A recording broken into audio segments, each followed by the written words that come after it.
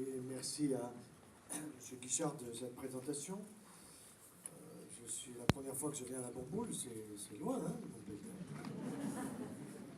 Je pensais que c'était plus près, et je pensais qu'il y avait du soleil 24 heures sur 24. Alors, finalement, c'est à Montpellier qu'il y en a 24 heures sur 24. Là-bas, vous savez que même la nuit, nous avons du soleil. Hein. Il y a une personne qui est très discrète dans votre ville, c'est Monsieur le maire. Et je veux le féliciter parce qu'il est là au premier rang. Il est venu me saluer, mais c'était pas écrit sur son front, c'était Monsieur le maire. Bon, j'ai salué un monsieur, puis après il est revenu, on m'a dit c'est le maire. Ah, j'ai dit bon, mais je ne savais pas. Et je tiens à le remercier parce qu'il est présent souvent. Les maires, ils viennent, ils vous saluent, ils se cassent. Ils sont toujours pris pour des inaugurations. Et là, ça veut dire qu'ils s'intéressent à votre santé. C'est pas mal, ça. C'est original. Surtout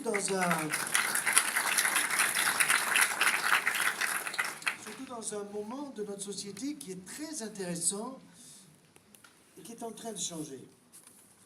Figurez-vous que je suis un homme de santé, vous le savez, je suis chirurgien, je suis cancérologue, etc.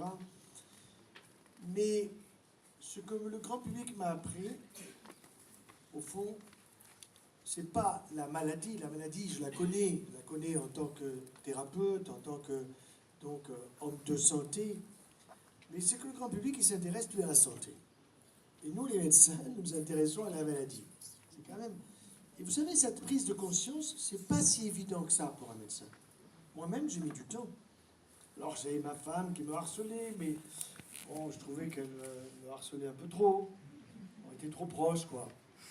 Et puis finalement, je me suis rendu compte que, effectivement, le point clé de notre société, c'est la santé. Nous remplissons les hôpitaux, nous remplissons les centres anticancéreux en 2017 de plus en plus de patients, puis de maladies graves. Nous arrivons d'Espagne, nous avons formé une 50aine de patients atteints de cancer à des stades évolués pour leur apprendre pourquoi ils étaient malades. Ça ne tombe pas du ciel, hein, ce n'est pas la roulette russe le cancer. Mais ce n'est pas pour les culpabiliser. C'est nous, médecins, qui devons être culpabilisés parce que nous n'informons pas sur la prévention. Et nous sommes ici dans une ville de prévention, aussi de traitement pour l'asthme, les problèmes cutanés, mais aussi de prévention. Et c'est là que se situe le point d'avenir. Les à peu près 50 patients que j'ai vus, j'ai vu tous les dossiers, bénévolement, ça m'a pris chacun une bonne heure. Chaque fois, je me disais, mais je ne le disais pas aux patients, si ces personnes avaient été informées, elles ne seraient pas là devant moi avec un cancer. Et vous voyez, après les 5 jours de formation, il y avait d'autres collègues comme moi-même, des naturopathes, des ostéopathes, pas de cancérologues, des gens passionnés par la santé. Il y a eu une petite fête sympa, on a sorti un peu de champagne, et puis de la musique, on a un peu dansé. Si vous aviez été là, vous m'auriez dit, mais personne n'est malade ici. Moi, je connaissais les dossiers des patients. Et ces gens-là, ils avaient retrouvé, je dirais, une espèce de désir de vivre, de bonheur de vivre, de conscience que leur maladie n'était pas nécessairement pour évoluer vers des récidives. Dans les centres de cancérologie, qui n'est pas très loin d'ici, à Clermont, comme à Montpellier, comme à Bordeaux, comme à Paris, on convoque régulièrement les patients après qu'ils aient eu un premier traitement. Et on leur met la peur au ventre. Parce qu'il faut faire des radios, des échos, des scanners, des IRM. Il faut que je vous revoie. Oui, c'est vrai. Mais au lieu de dire aux personnes, écoutez, il faut que je vous revoie pour savoir si vous suivez bien les conseils que je vous donne pour éviter la récidive, c'est ça qu'il faudrait dire. On dit, venez parce que il faut que je détecte la récidive le plus tôt possible. Déjà, on vous la promet, quoi. Donc, on vous stresse. Et le stress est un élément important. J'ai écrit un bouquin récemment. J'ai écrit beaucoup de livres. Pourquoi j'écris beaucoup de livres? Parce que je veux faire passer des messages. Et que je n'ai pas accès, sauf exception, avec Sophie Marceau. 9 minutes. Le jour où on m'appelle en me disant Sophie Marceau veut vous voir, j'ai dit aïe aïe aïe. Elle est malade, quoi. Quand quelqu'un m'appelle, en général, c'est pour une mauvaise chose. Je dis, pourquoi elle m'appelle? Pourquoi elle veut me voir? Je la connaissais comme vous, c'est-à-dire comme artiste, mais je n'avais pas de lien particulier avec cette personne. Et on me dit, non, non, on ne sait pas pourquoi elle veut vous voir. Alors là, si en plus on ne sait pas, c'est que c'est secret, donc c'est qu'il y a un problème. Et puis 4-5 jours après, on me dit, mais elle vous invite chez Drucker. Ouh, j'ai dit, danger, c'est la télé, ça. Je dis, moi, je veux que du direct. On me dit, c'est comme du direct. Vous savez, on vous coupe, hein. Bon.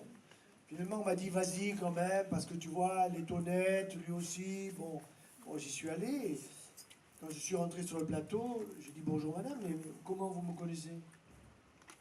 Elle me dit, ben, tout simplement parce que il n'y a que 2 personnes que j'écoute dans ma vie, c'est ma maman et vous. Moi? Pourquoi? Parce que je vous ai vu sur YouTube. C'est comme ma surveillante, un jour j'arrive à l'hôpital, j'étais en train de regarder les dossiers des malades avec les infirmières, et puis devant toutes les infirmières, elle dit, Monsieur Joyeux, j'ai passé la nuit avec vous. Ah bon? Je dis, mais j'ai aucun souvenir. Alors, comment vous avez fait pour passer la nuit avec moi? Je ne m'en souviens pas. Elle me dit, je me suis couché, j'ai pris mon iPad, j'ai regardé YouTube, je vous ai suivi pendant 2 heures. J'ai fait un petit regard enveloppant, elle en avait bien besoin d'écouter mes conseils. Hein. Bon, elle va beaucoup mieux depuis. Alors c'est sûr que le sujet qui a été choisi est un sujet important. Et les patients ou les non-patients vous disent toujours, docteur, comment je dois m'alimenter? Les gens ont compris qu'il y a une relation entre notre alimentation et notre santé. Entre ce que nous mettons dans ce que j'appelle le palais des saveurs, on va voir pourquoi, et au fond les conséquences sur notre santé. Il faut savoir que dans votre tube digestif, depuis là jusqu'en bas, ben vous avez un système immunitaire, un système de défense. C'est 80% de vos défenses immunitaires. 80% de vos défenses immunitaires sont liées à votre alimentation. C'est pas rien. Ça, c'est démontré scientifiquement. Même notre nouvelle ministre de la Santé le sait. Elle est professeure de cancérologie, je la connais bien. La seule chose, c'est qu'elle commence mal. Elle a commencé bien en disant il faut avoir la génération sans tabac. Ah, je suis d'accord. Mais elle commence mal en disant dans le Parisien, en réalité, elle nous teste. Hein. Elle nous teste tous. Je vais vous injecter 11 vaccins obligatoires parce que je suis lié au relais de MST. Marisol. Et là, elle a été rejetée totalement pour sa politique de santé, par le corps médical, par le peuple, par tout le monde. Mais on ne va pas déguster les mêmes conneries qu'avec la précédente. Hein. Attention, hein. On n'a pas demandé un changement pour avoir la même chose. Je ne suis pas contre les vaccins, je suis contre les abus, c'est pas la même chose. Et les abus, il y en a, et ils sont absolument excessifs. Mais revenons sur le domaine de notre alimentation. Évidemment, les gens, ils vous disent, docteur, est-ce que vraiment je dois manger bio? Est-ce que je dois manger raisonné? Parce que il y a l'agriculture biologique, mais vous pensez vraiment que des figues qui viennent du fin fond de la Turquie, qui sont bio, elles sont bio? Grimace, hein? Non. Moi, je suis pour une alimentation qui soit de proximité, si possible issue d'une agriculture de qualité, qu'elle soit biologique, qu'elle soit raisonnée, mais pas avec des pesticides à la pelle, soyons clairs, parce que les pesticides, ce sont des perturbateurs endocriniens, et ces perturbateurs endocriniens, ils nous perturbent tous, que ce soit le papa et la maman quand ils font un bébé, puisqu'on retrouve des anomalies qui ne sont pas des anomalies génétiques, qui sont des anomalies épigénétiques. Et je veux tout de suite vous expliquer la différence entre la génétique et l'épigénétique, qui est facile à comprendre. La génétique, elle vous donne les yeux bleus et vous ne les changerez pas, votre taille, un certain nombre d'éléments de votre corps et de votre caractère. Mais l'épigénétique, c'est facile à comprendre quand vous observez 2 abeilles qui sont issues de la même reine. Elles n'ont pas nécessairement le même papa. Vous savez que les abeilles mâles, pour féconder la reine, c'est en vol. Imaginez que vous deviez féconder votre femme en vol. Et ensuite, mort. Bon, on serait tous morts. Hein. Mais ça veut dire que les 2 abeilles, ce sont des demi-sœurs, au fond. Puisqu'il y a beaucoup de mâles qui passent vers la reine, n'est-ce pas? Ben, ces demi-sœurs, il y en a une, vous allez lui donner à consommer de la gelée royale, et l'autre, vous allez lui donner à consommer des choses normales de son alimentation, des choses qui sont sucrées, du miel, tout ce qu'elle va chercher sur les fleurs, etc. Celle qui va consommer la gelée royale, elle va avoir un corps de reine. Un corps de reine. C'est-à-dire beaucoup plus gros, vous le repérez à l'œil nu par rapport aux autres, et puis elle va dire aux autres au boulot, hein.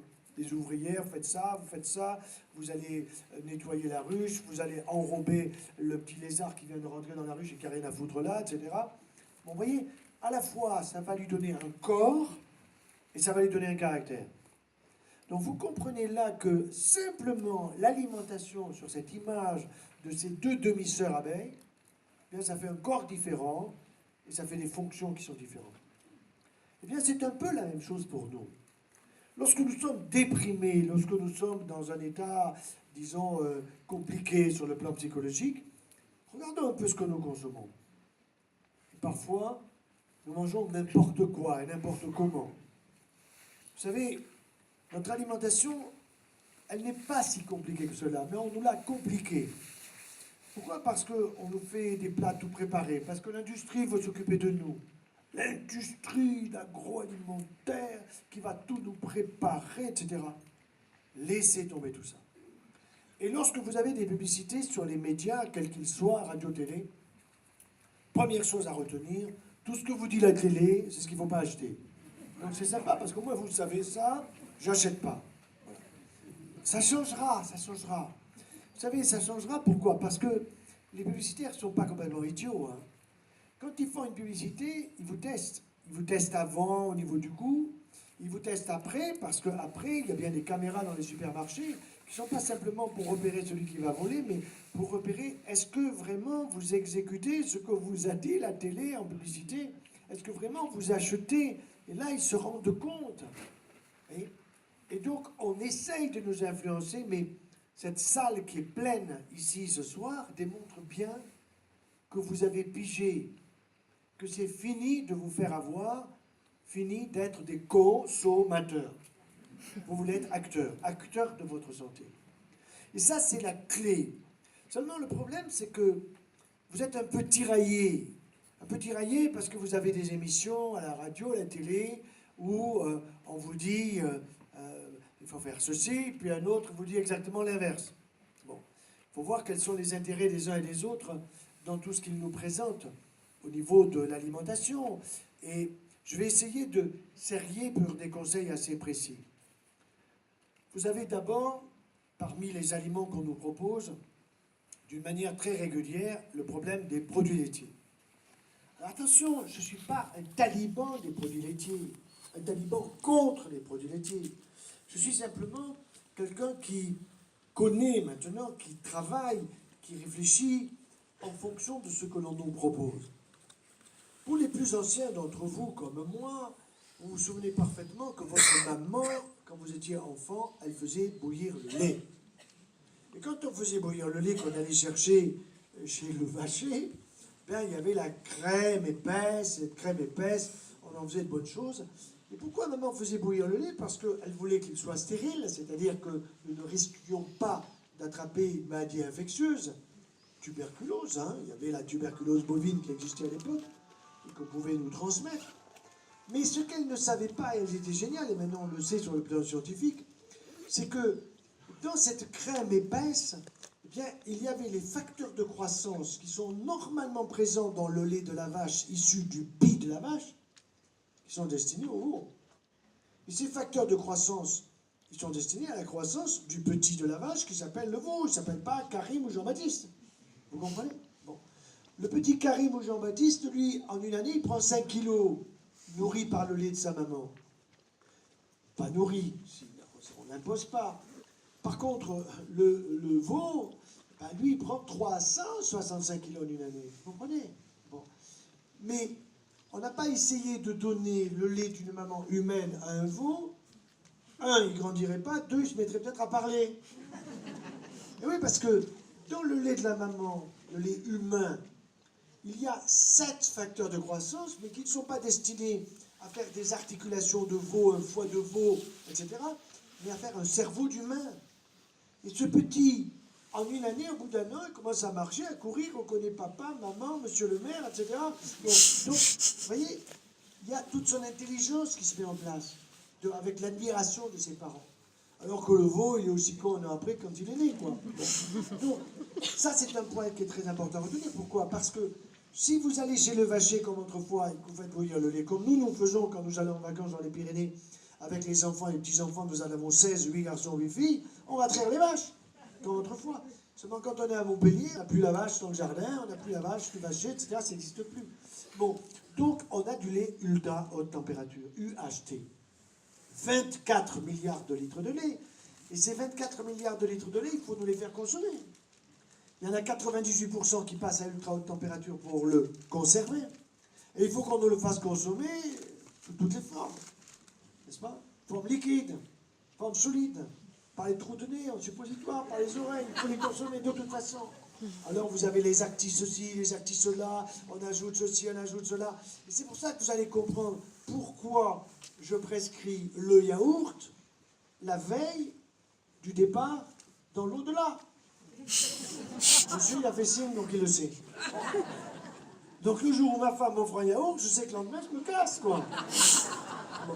Donc j'en veux pas. Pourquoi? Parce que je le mastique pas, je suis fatigué, j'en peux plus. Demain, je m'en vais, donc c'est normal. Et je lui ai demandé de m'offrir un yaourt à la fraise, parce que j'aime la fraise, mais bon, on a le temps. Ça veut dire quoi? Ça veut dire qu'il faut aller faire des fromages à pâte dure, et tout à l'heure, j'ai pris un fromage de chez vous, je me suis régalé. Vous comprenez? Et il faut que ça ait du goût. Et ce goût, il vous rassasie. Parce que si vous le gardez dans le palais des saveurs, j'ai pas dit la bouche. La bouche, c'est pour se rouler des pelles. Voilà. Tandis que le palais des saveurs, ça a une signification. Ma femme me dit, tu es poète, mais pas du tout. Je ne suis pas poète. C'est un palais sur le plan anatomique, et c'est les saveurs. Vous avez les papilles sur la langue. Vous avez quel âge, madame? 55 balais. Et vos papilles, quel âge elles ont sur la langue? 55 ans. Pas du tout. Elles ont 10 jours. Mais non, docteur. Mais si vous les refaites tous les 10 jours, si vous faites travailler votre palais des saveurs, si vous utilisez ces papilles, vous en avez qui ont des formes de petits filaments, de petites feuilles, de petits champignons, de petites couronnes, de petits calices, tout ça, c'est prodigieux, prodigieux. Mais nous ne l'utilisons pas, nous faisons comme les chiens et les chats, bon, bon, bon, et on avale. Voilà. Et à ce moment-là, on commence à perdre le goût. Et quand vous commencez à perdre le goût, vous êtes sur le chemin de l'Alzheimer. Qui a envie d'avoir un Alzheimer? Je peux vous aider. Je peux vous aider. Et en plus, votre odorat, tout à l'heure, j'ai pris un ballon de vin. Moi, je trouvais très bon. Franchement, très bon. D'abord, je l'ai humé. Et puis, je l'ai goûté. Et puis, je l'ai envoyé de la joue droite à la joue gauche, de la joue gauche à la joue droite, avant de l'avaler. J'ai pas fait cul sec. J'ai mis un petit moment après le fromage pour pouvoir le consommer. Et donc, j'ai stimulé à la fois mon odorat et le goût. Et l'odorat, vous le refaites tous les combien? 3 mois. Demain, 1er juillet, août, septembre, en octobre, c'est tout neuf. Non pas que la veille, vous détruisez tout, mais ça veut dire que vos cellules nerveuses, qui sont des cellules qui vous permettent d'apprécier, à partir des papilles, un certain nombre d'éléments grâce à des nerfs qui sont dans notre cerveau qu'on appelle les nerfs crâniens. Nous avons 12 paires de nerfs crâniens. Et ces 12 paires de nerfs crâniens, chacun a son rôle. Le premier, c'est le nerf olfactif. Le deuxième, c'est le nerf optique qui vous permet de voir. Puis il y en a un fabuleux. Souvent, les gens, ils en ont entendu parler, vous savez. Il s'appelle le nerf vague. Pourquoi on dit vague? Parce qu'il est un peu vague. Parce qu'il démarre au centre du cerveau, et puis il descend, il descend, il descend. Il laisse des fibres au niveau du palais des saveurs. Il en laisse le long de l'ésophage, au niveau de l'estomac, au niveau du côlon. Il va jusqu'au trou de balle. De là au trou de balle. Et à quoi il sert? Il vous permet de savoir que quand il y a un gaz qui arrive, parfois il faut le garder. C'est lui qui vous le dit. Remerciez-le. Quand vous sentez qu'il y a des choses liquides qui arrivent vite, c'est lui qui vous le dit. C'est pas beau ça? Et cette conscience-là, on pourrait tellement la faire passer sur les médias, à la télé, à la place de Darty dont on n'a rien à foutre après les nouvelles à 20h30. Vous comprenez? Bon. Donc, très important ce palais des saveurs. Et puis je vous rappelle que vous avez 32 ratounes. C'est pas que pour la photo et le sourire, c'est pour mastiquer les aliments. pour qu'il descende vers votre estomac, non pas sous forme de morceaux, mais sous forme de purée pseudo-liquide. Sinon, l'estomac reçoit des produits qui sont des produits solides, et à ce moment-là, il n'est pas content. Docteur, j'ai un RGO. Ce n'est pas une marque de pâté. C'est un reflux gastro-œsophagien. RGO. Mais oui, parce que vous ne mastiquez pas, vous envoyez des morceaux dans votre estomac n'est pas content, il est obligé de bosser davantage parce que la digestion, elle commence là et pas dans l'estomac. Elle suit dans l'estomac, n'est-ce pas? Et à ce moment-là, vous êtes obligé d'avoir plus de liquide acide chlorhydrique. Le pylore, lui, qui est un muscle qui s'ouvre, ben, il ne s'ouvre pas parce que c'est pas prêt. Il s'ouvre que quand vraiment il y a des éléments qui sont relativement pâteux. À ce moment-là, ça va passer vers le duodénum, l'intestin grêle. Donc ça ne s'ouvre pas. Ça veut dire que ça bute sur le pylore et ça reflue. Ça brûle. Ah, si vous voulez vous fabriquer un cancer de l'ésophage du tiers inférieur, je vous aide. Aucun problème. C'est pour ça que je fais parfois des conférences avec un peu d'humour. C'est très important pour faire passer des messages délicats. Voulez-vous un cancer? Lequel? Lequel? Vous voulez un cancer de la prostate? Je vous aide. Du sein? Je vous aide. Du col d'utérus? Je vous aide. Vous voyez? Alors, on ne sait pas tout sur les causes des cancers, mais on en sait de plus en plus. Et ce que l'on sait, c'est que c'est multifactoriel. Et qu'il peut y avoir l'alimentation, puisqu'on sait que chez les patients atteints de cancer, on trouve dans pratiquement 48 à 50% des cas de mauvaises habitudes alimentaires. Or, ces mauvaises habitudes alimentaires sont à la base de vos défenses immunitaires. Vous savez, on utilisait le mot immunité pour parler de l'immunité d'un député, d'un sénateur qui faisait n'importe quoi. On a bien connu tout ça. C'est en train de changer, fort heureusement. Mais l'immunité, ce sont nos capacités, notre propre corps a une immunité. Voyez? Quand vous avez un panari au niveau du pouce droit, ben vous avez fait le diagnostic, j'ai un panari, vous avez mal de chien. Vous appelez le médecin, docteur, j'ai un panari, vous lui donnez le diagnostic. Et le médecin, il ne va pas toucher le panari, vous faire les douleurs. Il va vous examiner votre système immunitaire et il va être content quand il palpe ici, au niveau du coude, un petit ganglion qui est plus important que de l'autre côté. Et au niveau de l'aisselle, la même chose. Et il se dit, c'est bon, le système immunitaire de ce patient fonctionne. Le ganglion, qui est un nœud lymphatique, eh bien, il bloque le staphylocoque qui est là pour qu'il ne passe pas au niveau du reste du corps pour donner une septicémie. Par contre, quand j'examine une dame qui se retrouve avec une boule au sein et qui est inquiète, bon, je regarde la radio, la mammographie, l'échographie, etc. Et puis je vais vite sur l'aisselle. Et dans l'aisselle, j'examine les deux aisselles comparativement. Et quand je sens que du côté de la boule au sein, il y a un ganglion qui est plus dur, qui roule sur la paroi thoracique, sur les côtes, aïe aïe aïe, ça veut dire que le système immunitaire est dépassé. Ça veut dire tout simplement qu'il y a peut-être déjà le cancer du sein qui est arrivé sur la métastase ganglionnaire. Et donc on est à un stade beaucoup plus évolué. Ça sera plus grave, ça sera plus dur au niveau thérapeutique. Donc ce système immunitaire, il est très important que vous le compreniez. Et sa base, c'est votre alimentation. Voilà. Ça, c'est absolument capital. Et donc, vous avez compris déjà que le problème des produits laitiers, c'est fromage, ok, mais ce n'est pas un produit laitier liquide. Ça, c'est la première des choses, parce que vous allez le mastiquer. Et ce fromage, prenez celui qui vous fait plaisir, celui que vous aimez, une portion par jour, cela suffit. Ce n'est pas 2, ce n'est pas 3. C'est pas, je prends un petit pot, ou comme me disait une dame, oh docteur, vous savez, moi je fais très attention, je prends du fromage blanc à 0%. D'accord, 0% de quoi, madame? Ah, elle me dit 0%, et vous savez, je vérifie sur l'étiquette, hein. Donc sérieux pour elle. Mais j'ai pas osé lui dire que je voyais le 0% dans ses fesses. Parce que c'est pas du 0% de sucre. Parce que dans les produits laitiers, vous avez du lactose. Et tout ce qui finit en ose, fructose, saccharose, glucose, etc., ce sont des sucres. Et je vais vous expliquer quelque chose de formidable et qui est très facile à comprendre, c'est que quand vous prenez 1 gramme de sucre de tout ce qui est en ose, ben vous prenez 4 calories, d'accord? 2 grammes, ça fait 8 calories. Et si vous avez une petite calorie qui traîne par-ci par-là, ben 8 plus 1, ça fait 9. Et 9 calories, c'est 1 gramme de gras. Ah ah! Eh bien, vous transformez 2 grammes, imaginez, ça c'est 2 grammes, vous transformez en 1 gramme. Mais ça, c'est 2 grammes de sucre. Eh bien, imaginez, ça, c'est 1 gramme de gras. Et ce gramme de gras, il va se mettre où? Dans les seins, mesdames. Dans le bassin, messieurs. Ça ne s'écrit pas tout à fait pareil.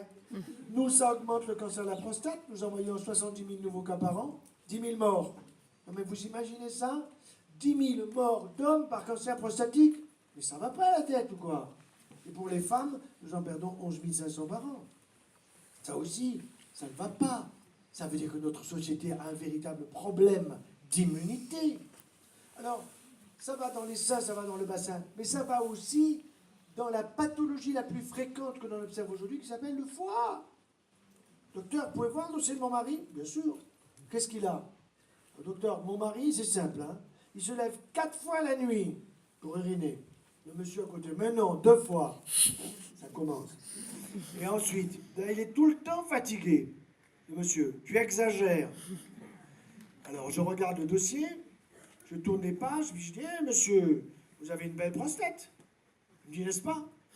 Je dis, oui, mais 100 cm3, c'est une prostate de veau. Je le calme.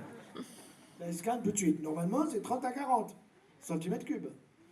Et puis, je continue, et puis, je vois qu'il a eu une échographie hépatique ou un scanner. Alors, je vois le résultat, puis je vois qu'il y a un élément dans le compte-rendu qui a été souligné en jaune. Ça, c'est la dame. Monsieur, il est fatigué. Il lit la conclusion. Il a dit, il n'y a pas de tumeur.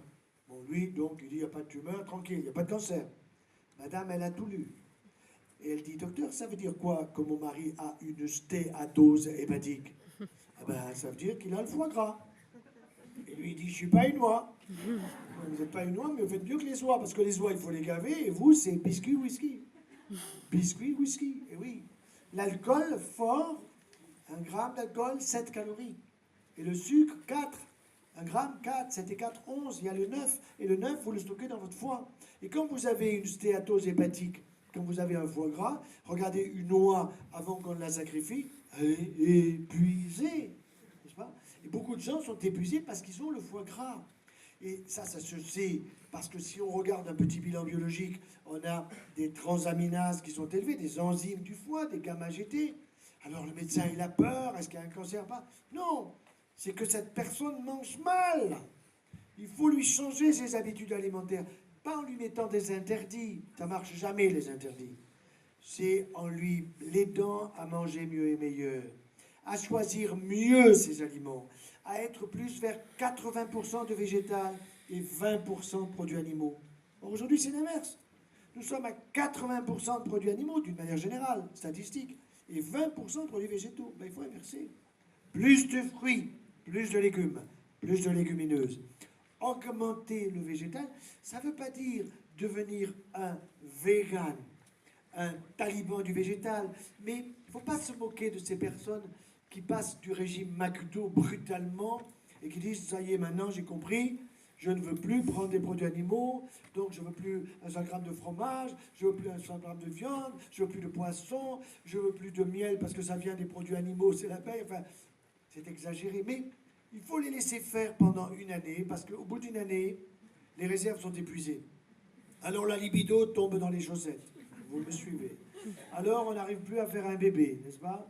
Bon, alors à ce moment-là, ben, ils comprennent, alors ils reprennent un peu d'œuf à la coque, ils reprennent un petit peu de fromage de chèvre, de brebis ou un bon Saint-Nectaire. Bon, ça revient. Il ne faut pas interdire. Je pense que les interdits ne sont pas bons, nous sommes tous un peu des enfants, et quand vous interdisez quelque chose à un gosse, c'est la meilleure façon pour qu'il le fasse. Bon, eh bien nous fonctionnons de la même façon. Alors, on a vu les produits laitiers. Passons maintenant à un deuxième élément qui est le pain. Alors le pain, vous avez tous entendu parler du problème du gluten. Alors c'est quoi le gluten? On est en train dans notre pays de nous dire au fond, il y a des allergies au gluten, il y a des intolérances au gluten, eh ben, notre beau pays n'aura plus de blé, on ne pourra plus manger du pain, etc. Parce qu'on est tous malades avec le mauvais gluten. Vous voyez, j'ai bien dit mauvais gluten. Le mauvais gluten, ça veut dire quoi? Gluten, d'abord, ça veut dire glu, c'est la colle, n'est-ce pas? Et gluten, ce sont des protéines qui sont nombreuses.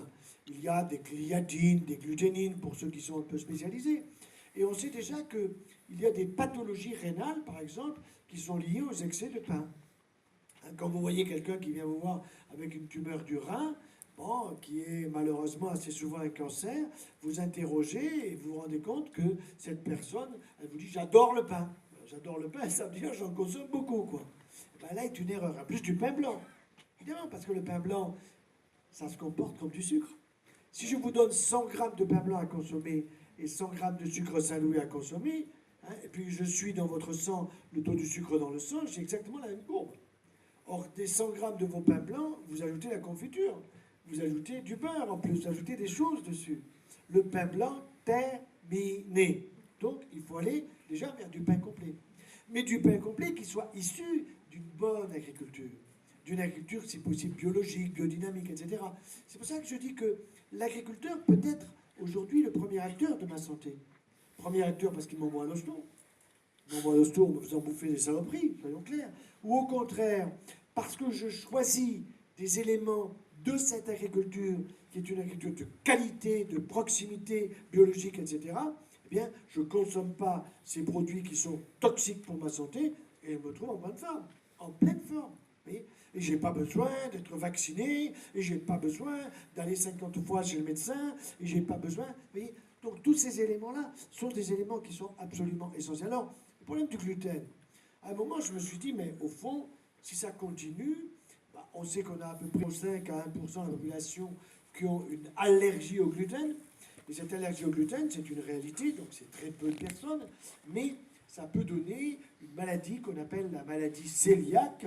Et cette maladie cœliaque peut évoluer vers un lymphome. Alors c'est quoi un lymphome? Lymphome, c'est un cancer du système lymphatique intestinal. Or, lymphatique, c'est le système immunitaire. La lymphe, c'est une circulation très lente dans notre corps, qui est la circulation qui n'est pas celle du sang rouge et du sang bleu, qui est une circulation qui transporte des cellules spéciales de notre système immunitaire qu'on appelle des lymphocytes. Lymphocyte, cyte, c'est la cellule. Bon. Et ce système immunitaire intestinal peut être bousillé par du gluten. Bousillé par du gluten. Ça, c'est l'allergie. Peu de personnes. Mais le problème aujourd'hui, c'est qu'on a changé le grain de blé. On ne nous a pas demandé notre avis. On était très contents avant. Alors qu'est-ce qui s'est passé? L'ingénieur, costard 3 pièces, cravate, est allé voir le paysan, de l'air un peu méprisant. Il dit, moi, je suis un ingénieur et toi, tu es un paysan. Montre-moi ton champ. Montre ton champ. Pourquoi tu as une haie là-bas? Bah, la haie, c'est mon arrière-aïeul, tout ça, qui a mis ça, pour éviter que le vent ne risque de faire tomber, n'est-ce pas, le champ de blé. Le verse le blé, comme on disait. Ah, c'est fini tout ça. Écoute-moi, tu vas voir la récolte que tu vas avoir. Tu me vires cette haie, tu auras un champ plus grand. Écoute-moi, je suis ingénieur, toi, tu ne sais rien. Bon, il a malheureusement obéi. Et que s'est-il passé? Eh bien, tout simplement, la première année, on a semé, il y a eu une bonne récolte, le paysan était content, il a appelé l'ingénieur et il a dit merci beaucoup. Il a dit, tu vois qu'il faut que tu m'écoutes. Bon, seulement la deuxième année, la récolte, c'est la moitié de la première. Alors le paysan appelle l'agriculteur, l'agro, l'ingénieur, lui dit qu'est-ce qui se passe? Pourquoi j'ai que la moitié de la récolte? Ben, tu vois bien que tu ne m'as pas écouté, tu es un paysan. Il faut que tu rachètes la semence tous les ans. Voilà l'astuce. Monsanto, Bayer sont des bandits. Costume 3 pièces. Ce sont des bandits authentiques. Mais vous savez, ils n'iront pas en prison parce qu'ils auront le pognon pour éviter tout ça. La seule façon de résister, c'est très simple, c'est de refuser de consommer leurs produits. Hein. C'est aussi simple que ça. Donc, il faut que vous ayez du pain issu des semences anciennes et que les champs de blé ne soient pas des champs qui nous arrivent aux genoux, mais aux épaules, comme autrefois. Nous étions récemment à Constantine, en Algérie, donner des conférences là-bas, et j'ai regardé les champs de blé, vraiment, c'était à pleurer. Alors que là-bas, les champs de blé, à l'époque, c'était des champs qui permettaient de nourrir les empereurs romains avec un froment fabuleux. Ben maintenant, c'est la cata absolue. C'est une catastrophe. Donc ça veut dire qu'il faut revenir aux blés anciens. Demain, voyez-vous, nous repartons ce soir rapidement, parce que demain, c'est la fête des blés à Cucugnan.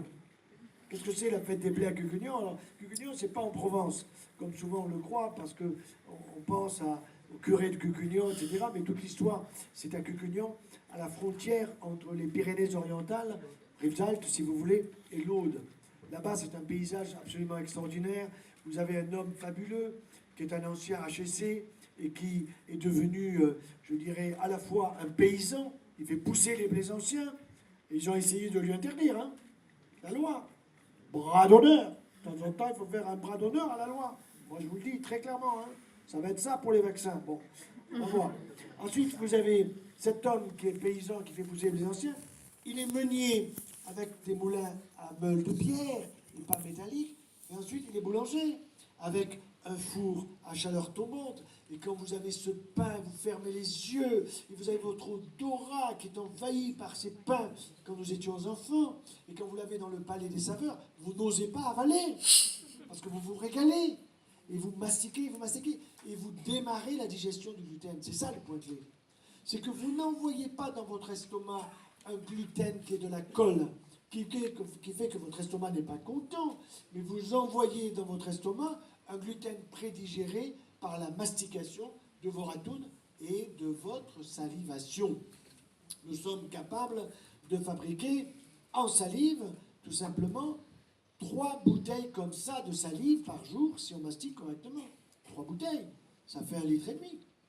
Et la salive, c'est pas de la flotte comme ça, non.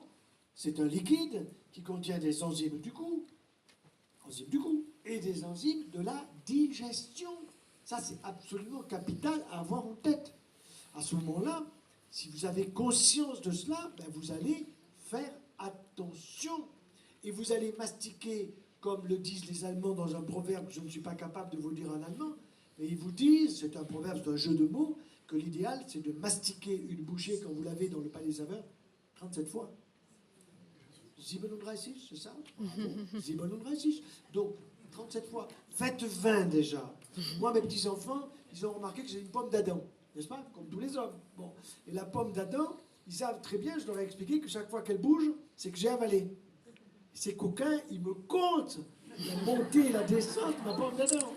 Et ils me disent, tu as fait que 17, il faut faire plus, etc. Mais c'est amusant, c'est un jeu, si vous voulez. Et puis, ça vous oblige à prendre véritablement conscience de ce que vous consommez. Donc, il faut absolument qu'à la Bourboule, monsieur le maire, vous ayez bientôt une boulangerie. Je suis sûr que vous avez d'excellents boulangers qui veulent le bien de votre population et que cette population va demander des pains complets, semences anciennes, et le pain blanc, il faudra le laisser tomber. Ça, c'est l'avenir du pain blanc. Alors, évidemment, non, ça ne faut pas. Alors, il y a maintenant un point sur lequel je veux insister, c'est le côté végétal, les végétaux.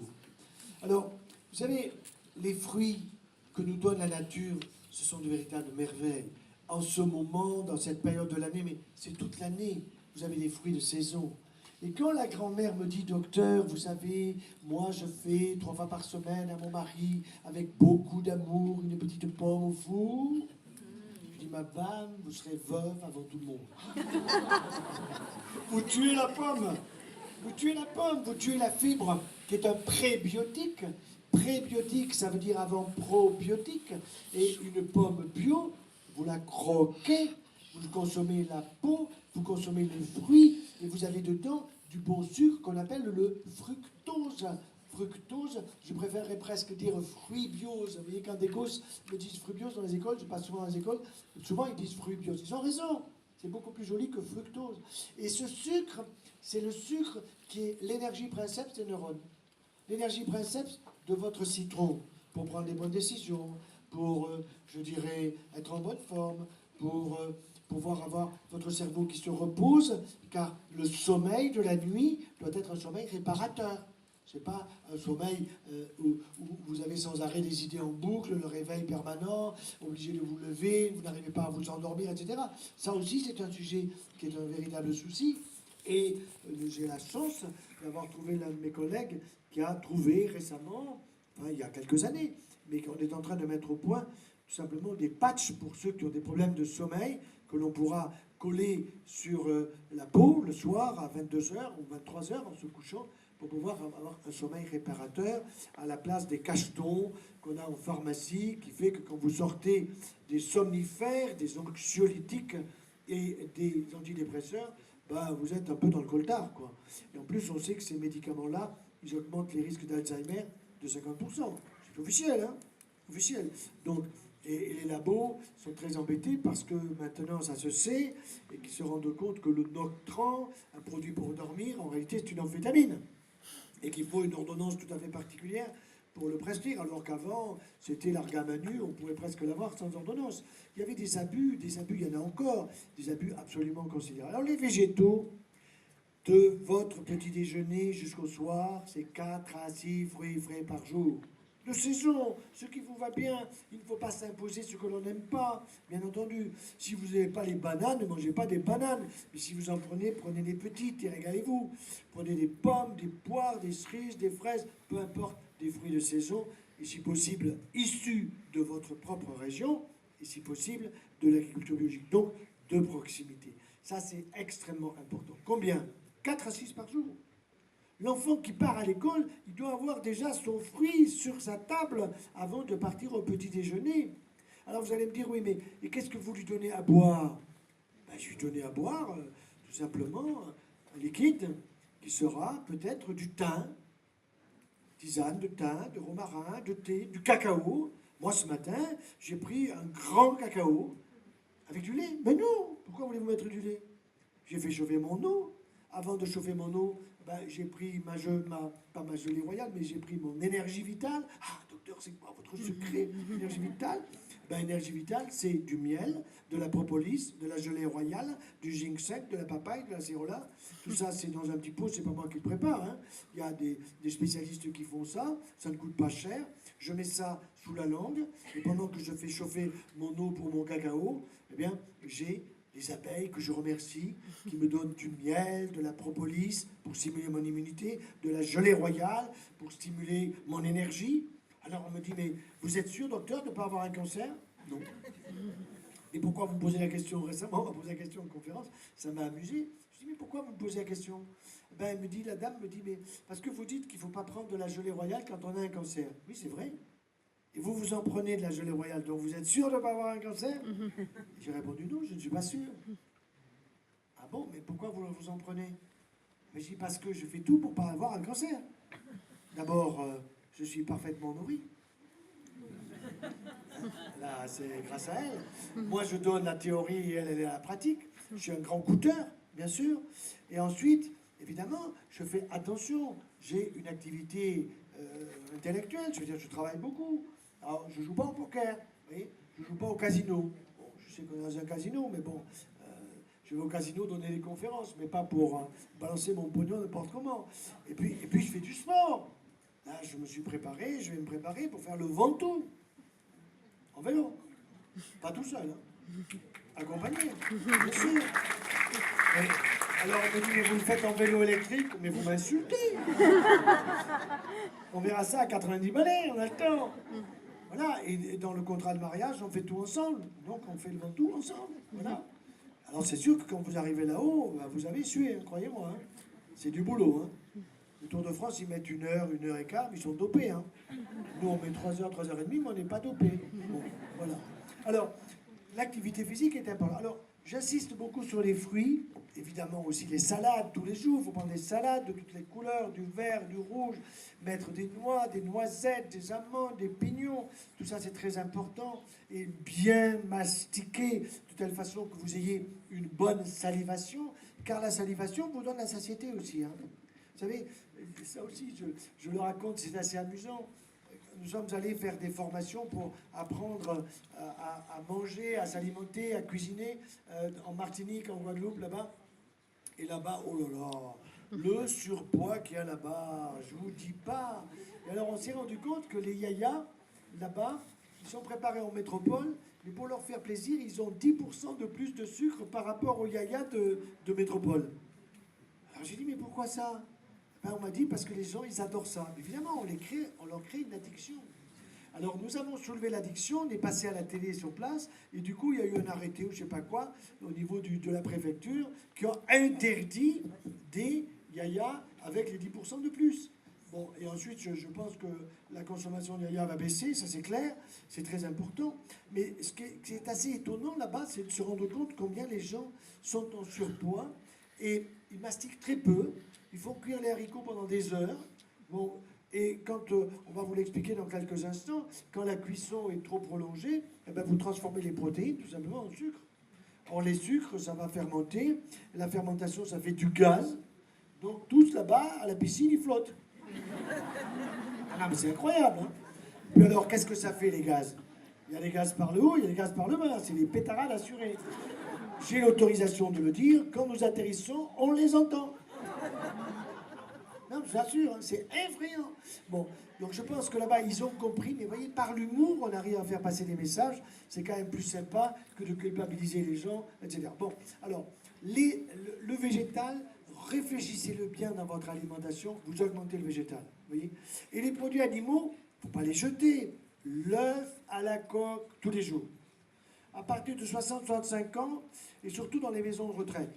Les maisons de retraite, je ne sais pas comment c'est chez vous, mais à Montpellier, quand vous arrivez, on vous offre un plumier. Vous dites, tiens, ça me rajeunit, on va mettre les crayons et les gommes. Non, non, c'est pas ça. C'est que vous avez lundi, mardi, mercredi, 8h, 10h, midi, et dedans, vous avez des pilules. Alors, il y en a pour respirer, il y en a pour y voir, il y en a pour entendre, il y en a pour le trou de balle, pour les hémorroïdes, il y en a pour tout. Évidemment, le pharmacien est content, n'est-ce pas? Et puis quand la petite grand-mère, à 9h du soir, elle pleure parce que sa fille l'a pas appelée avant qu'elle aille faire dodo pour lui dire « Maman, je t'aime », alors elle pleure « Mamie, vous êtes déprimée ». Antidépresseur. Donc, elle dort comme un loir, mais elle se réveille « J'ai pas dormi la nuit ». Évidemment, parce qu'elle se réveille, sa fille n'a pas appelé, n'est-ce pas? Alors, à ce moment-là, somnifère. Bon, ça, c'est totalement abusif. Alors que dans les maisons de retraite, il doit y avoir un œuf à la coque tous les jours. Je n'ai pas dit un œuf dur. Si vous voyez une poule qui pond un œuf dur, vous me l'amenez. Donc, jaune liquide. Donc, la poule, oui. M'amenez la poule. Bon, jaune liquide. Un peu de sel, on se régale. Il faut qu'il y ait évidemment un ballon de bovin, c'est du végétal. Je ne vais pas dire litron. Plutôt rouge que blanc, il y a plus de calcium, il y a des polyphénols. Et les polyphénols, ils permettent la contraction de la musculature intestinale, ça évite la constipation. Oui. Or, la constipation, c'est pas bon. C'est pullulation, putréfaction. D'accord? Apparition de polypes, risque de cancérisation. Hein? Ça, c'est extrêmement important d'éviter la constipation. Donc, l'huile d'olive, oh, que c'est bon l'huile d'olive. Pas comme les Anglais. Vous savez que les Anglais, ils n'ont pas de palais. Ils ont une reine, ils n'ont pas de palais. Et alors, ils veulent une huile d'olive désaromatisée. Complètement dingue, quoi. Alors que l'huile d'olive, d'abord vous la sentez, vous la mettez sur un bout de pain, au lieu de mettre du beurre sur la tartine, la veille au soir, vous mettez dans la cupule l'huile d'olive, vous mettez ça au congélo, le lendemain vous prenez le couteau, vous grattez. Quoi, il n'y a pas d'huile d'olive à Clermont-Ferrand, il y en a en toute la France. Il y en a même ici à la Bourboule, c'est sûr. Donc, ça veut dire quoi? Ça veut dire que ces produits végétaux sont extrêmement utiles, il faut les repérer, il faut les mettre dans son frigo, il faut virer. Alors, dans le frigidaire, vous avez le frigo et le congélo. Ce qui est dans le frigo ne doit pas dépasser une semaine. Et de congélo, un mois. Parfois, il y a des lièvres dans les congélos qui sont là depuis longtemps. Hein. Des lièvres ou des perdreaux, j'en sais rien. Mais le congélo, vous perdez tout. Vous perdez toute la qualité nutritionnelle du nutriment, de l'aliment, vous voyez. Donc ça, ce sont des choses qui sont importantes. Alors, l'agriculture biologique, pour moi, je suis très ami, et nous donnons des conférences ensemble avec Pierre Rabhi. Et Pierre Rabhi, quand nous étions il n'y a pas très longtemps ensemble à l'école, je fais exprès de dire l'école d'agriculture Purpan à Toulouse. Vous savez qu'ils ont supprimé le mot agriculture, c'est impensable. C'est des étudiants qui me l'ont dit. Ils ont mis école d'ingénieur. Bon, école d'ingénieur, d'accord, mais école d'ingénieur agronome, école d'ingénieur ou d'ingénierie agriculture. Bon, non, mais pourquoi? Parce que vous avez Monsanto qui est derrière. Parce que vous avez les... Alors, quand avec Pierre Rabhi, nous avons donné la conférence là-bas, c'était très intéressant, parce qu'il y avait 700 élèves qui étaient passionnés. Vous aviez les profs sur les côtés qui faisaient la gueule. Parce que les profs, eux, ils doivent informer tous ces élèves sur tous les produits de l'agriculture conventionnelle. Vous comprenez? Pour qu'ils puissent être de véritables ingénieurs qui vont faire utiliser, par guillemets, le paysan. Eh bien, le paysan qui est... Pierre Rabhi, il Il a eu une phrase extraordinaire quand nous étions ensemble, c'est « soigner la terre, c'est soigner l'homme ». C'est exactement ça. Et je dois donner le 8 juillet une conférence dans la ville de Sète sur la mer. Soigner la mer, c'est soigner l'homme. C'est la même chose. Alors, le gros problème, c'est la présentation, si vous voulez, le choix des aliments, et c'est la préparation, le conditionnement des aliments. Et ça, c'est un point qui est extrêmement important, parce que vous ne pouvez pas tout acheter bio. C'est vrai que c'est plus cher, mais vous regarderez une chose, c'est que quand vous achetez, par exemple, un poulet conventionnel, vous le faites cuire, il devient un pigeon. Il en faut 3. Vous comprenez? Parce qu'il est plein de flotte. Bon. Alors que vous aurez avec les 3 le même prix si vous avez un poulet issu de l'agriculture biologique. Mais ça, ce sont des choses qui sont importantes. Et nous avons fait, mon épouse a fait le calcul de la même chose que vous achetez en biologique et la même chose que vous achetez en conventionnel avec des saloperies qui sont à l'intérieur. Ben, évidemment, vous allez vous rendre compte qu'au fond, vous allez acheter moins en quantité du côté du biologique par rapport à l'autre côté, et ça ne sera pas plus cher. Ça aussi, ce sont des données, parce qu'on vous fait passer, c'est plus cher, mais vous remarquerez que dans les supermarchés, ça y est, vous avez des rayons bio. Il faut faire gaffe, hein. Le bio de Chine reste aux Chinois. Les figues bio de Turquie restent aux Turcs. Demi-tour. On les aime beaucoup, les Turcs. Mais nous, on veut des figues de chez nous. Vous comprenez? Voilà. Ça, ce sont des données qui sont très importantes. Je vais maintenant laisser la parole avant que nous puissions passer à la discussion, parce que je vois que c'est déjà 3h30, que nous puissions, que vous puissiez avoir quelques données. Tu as pas plus d'un quart d'heure. Hein. Non, parce qu'elle elle est moins bavarde que moi, mais elle est bavarde aussi. Hein. Alors, non, sur le conditionnement et la cuisson, parce que ça c'est très important, tu es vraiment une excellente experte sur le domaine. Merci beaucoup.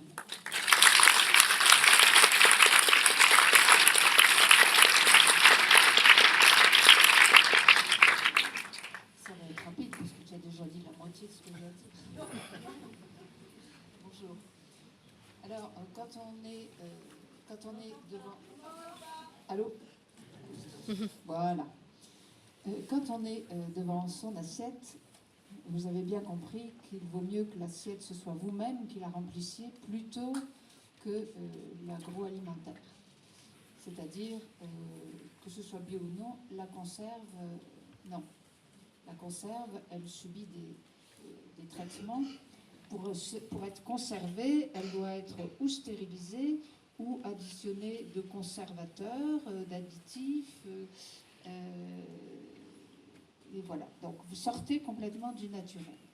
Alors, j'ai l'habitude de dire que s'il doit y avoir un paramètre important pour la nutrition personnelle, eh bien, c'est le mot naturel. Et ce mot naturel, comment vous allez l'illustrer? Eh bien, vous avez 5 sens. Vous, comme moi, comme lui, nous avons 5 sens. Alors là, les enfants le savent très bien. Et 5 sens, c'est la vue, l'odorat, l'ouïe, le toucher et le goût. Eh bien, ces 5 sens, vous pouvez les utiliser pour reconnaître le côté le plus naturel possible de vos aliments. Et quand vous allez partir au marché, eh bien, vous allez les exercer pour reconnaître quoi? Couleurs. Les couleurs, ce sont les vitamines. Les odeurs, les parfums. Vous savez, quand vous choisissez un melon, vous aimez bien sentir le parfum. Quand vous avez des tomates, vous mettez le nez sur les tomates. En fait, c'est la queue qui sent. Ça, il faut le savoir aussi. Donc, la pomme, il faut sentir le creux de la pomme. Et vous avez des odeurs.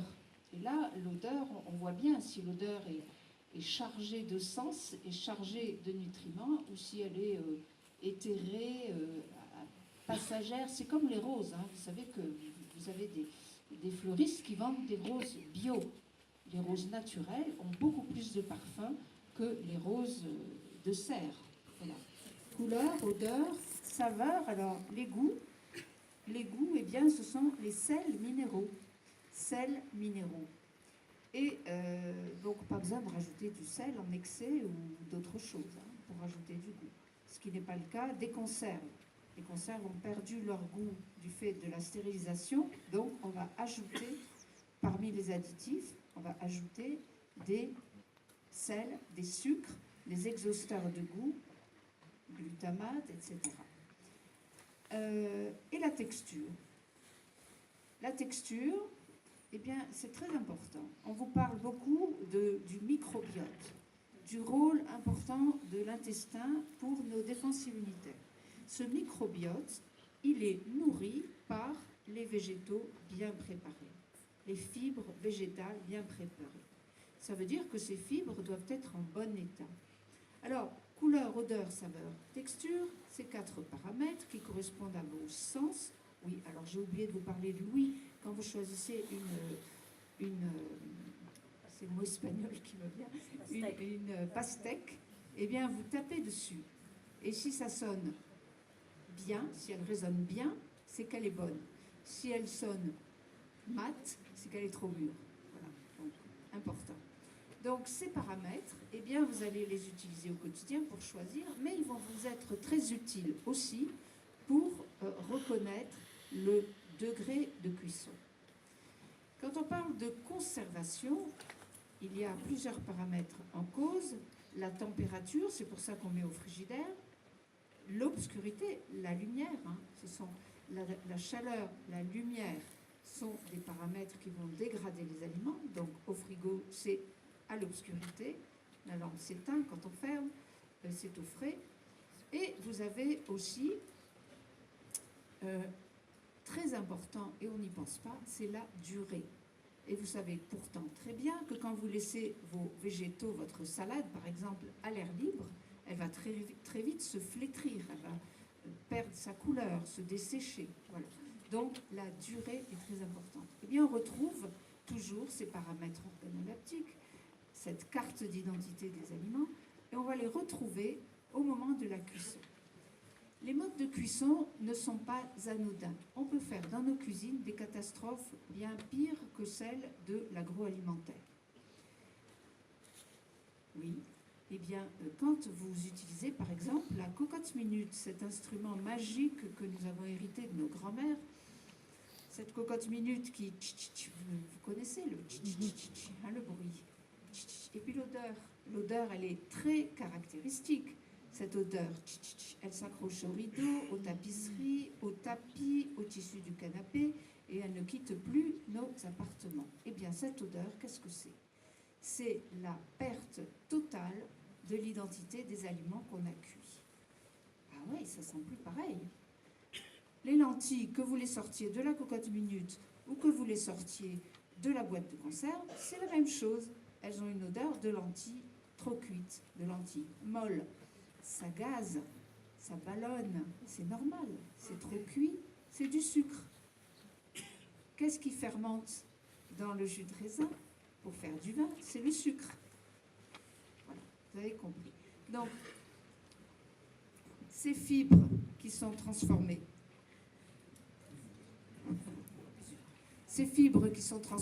en sucre,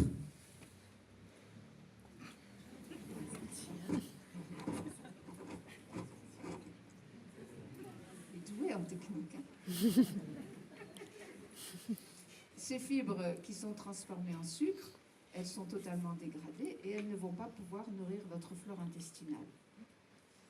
Si vous voulez trouver un mode de cuisson qui préserve tous ces caractères organoleptiques, toute cette carte d'identité des aliments qui contient les nutriments dont vous avez besoin pour votre santé, eh bien, il faut vraiment faire du ménage dans nos cuisines, c'est-à-dire qu'on va exclure la cocotte minute, complètement. C'est un autoclave, c'est un stérilisateur. Mettez-vous bien ça dans la tête. La cocotte minute, la friteuse, les huiles frites à plus de 300 degrés qui sont réutilisées plusieurs fois, c'est une catastrophe. D'ailleurs, les pommes de terre frites, c'est du sucre avec du gras. Du sucre et du gras. C'est bon, c'est goûteux. Avec du ketchup en plus. Voilà. Et vous allez exclure le four à trop forte température, la poêle mise à fond qui va vous cramer les huiles. Dès que l'huile fume ou les graisses fument, c'est des graisses qui sont dégradées et qui deviennent toxiques et cancérigène. Voilà. Alors, je vais faire court. Hein. Bon, le micro-ondes, vous savez, il ne faut pas l'utiliser non plus. Et je vois que mon quart d'heure touche à sa fin, madame, c'est ça? Je vais regarder votre montre. Eh bien, il y a un mode de cuisson qui est vraiment respectueux de tous ces paramètres, c'est la vapeur douce, à une condition, c'est de respecter l'équation température-durée. Alors, la température, c'est facile, puisque la vapeur d'eau, vous savez, l'eau bout à 100 degrés, c'est une loi physique. Et j'insiste en disant que c'est aussi une loi physique, que la vapeur qui s'échappe de l'eau en ébullition, elle est à 95 degrés. Voilà, pour qu'on ne me repose pas la question, parce que souvent j'ai la question, et de plus en plus souvent d'ailleurs, c'est curieux, mais comment vous savez que la vapeur, elle est à 95 degrés?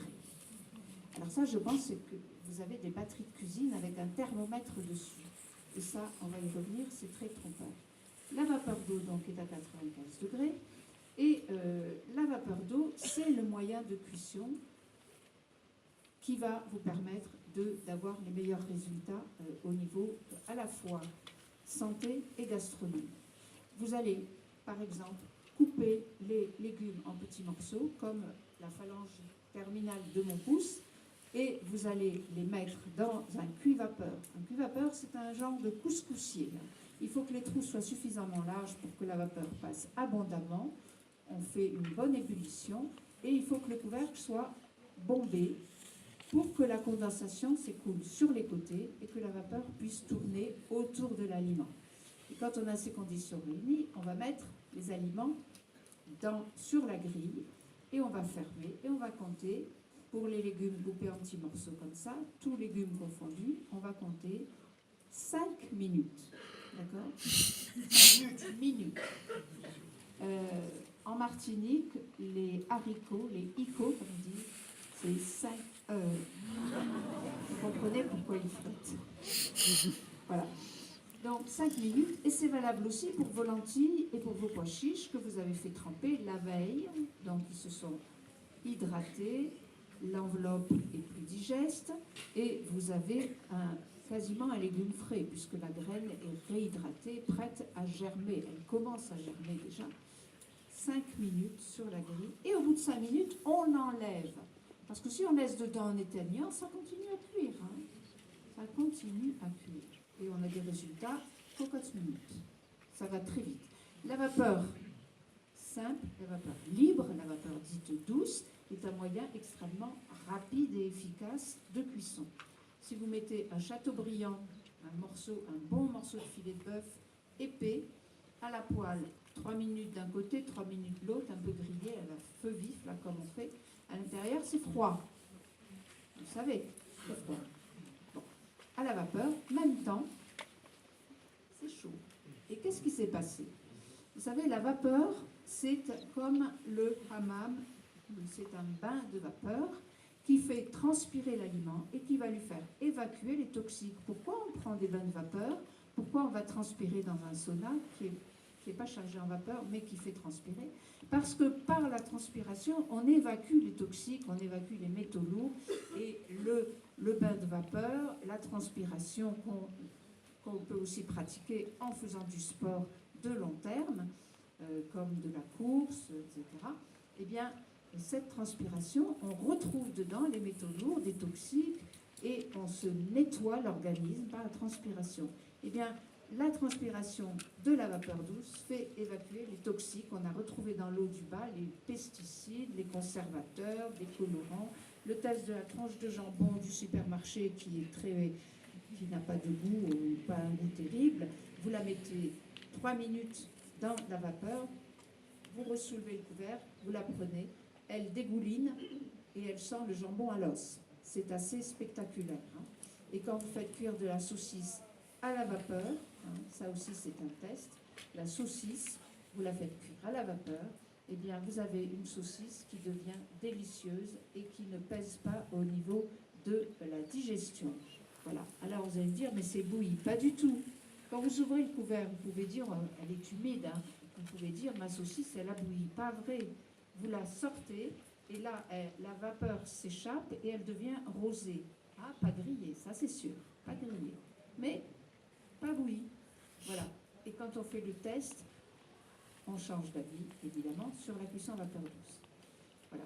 Idem pour le chou vert, coupé très fin, 5 minutes à la vapeur douce, et qu'on a sorti avec la saucisse. C'est délicieux, c'est très digeste. Ça sent pas mauvais, ça sent pas le soufre. Alors l'eau va sentir le soufre, mais on va la jeter. Pas dans les fleurs, hein. Vous savez, ça va pas les engraisser. C'est pas bon. Tout ce qui est pas bon, on le jette. Voilà. Alors, c'est vraiment donc cette cuisson vapeur douce que je vous conseille, parce que c'est très rapide, 5 minutes. Hein. Bon, alors évidemment, le riz, le quinoa, le sarrasin, le boulgour, etc., on les cuit dans un récipient. J'ai appris toutes ces choses, à maîtriser la cuisson vapeur douce, en observant comment font les Chinois. Hein, par exemple, le wok, n'achetez pas ou ne l'utilisez plus comme wok, le wok avec un bouton électrique et un couvercle étanche. C'est une vraie catastrophe. C'est une cuisson à l'étouffée. La cuisson à l'étouffée, elle dégrade aussi les aliments. Et bien sûr, couleur, odeur, saveur, texture. Les carottes deviennent un peu brunes, les poireaux deviennent gris-vert, ça devient mou, assez facile à mastiquer, ça descend tout seul, on ne le garde pas en bouche, et après ça pèse et on s'endort. Ah, ça c'est typique, hyperglycémie, hypoglycémie. Pourquoi? Parce que c'est trop cuit, vos fibres, c'est devenu du sucre. Et donc vous grossissez. Si vous voulez perdre du poids, eh bien, gagnez en temps de cuisson et en rapidité de préparation, et mangez surtout beaucoup de crudités, de fruits, de légumes, de salades. En été en particulier, vous constatez que vous êtes en meilleure santé. Ce n'est pas simplement parce que c'est l'été, c'est parce que vous mangez beaucoup plus de produits frais, crus, préparés en salade et de fruits de saison. Voilà. Très bien. Merci beaucoup.